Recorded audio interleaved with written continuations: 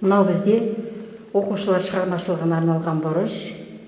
Бұл жерде екі камера, екі жақты көлемді алып тұрады.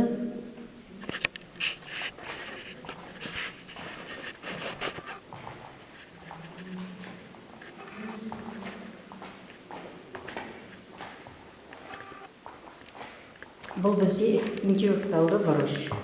Бұл жерде балалар әртүрлі шахмат, дойбы, тоғызқұмалақ, әртүрлі ойындар ойнайды. Арнайы балалардың демалыс кезінде, үзіліс сабақ уақыттарында ойнайтын орны.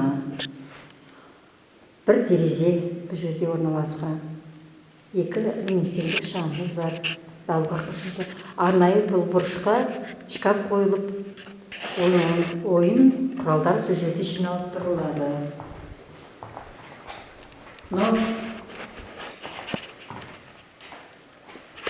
Керек кезінде өшірден алынады. Және бір жылытқыш радиатор орнатылған.